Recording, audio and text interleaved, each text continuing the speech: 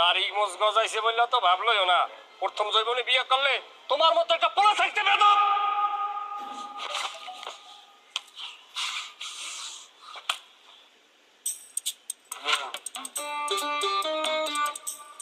কাঢ়ো কাঢ়ো কাঢ়ো কাঢ়ো।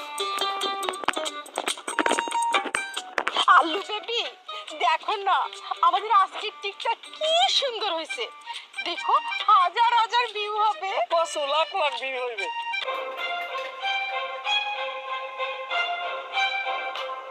খয়রাতি হইতে পারে,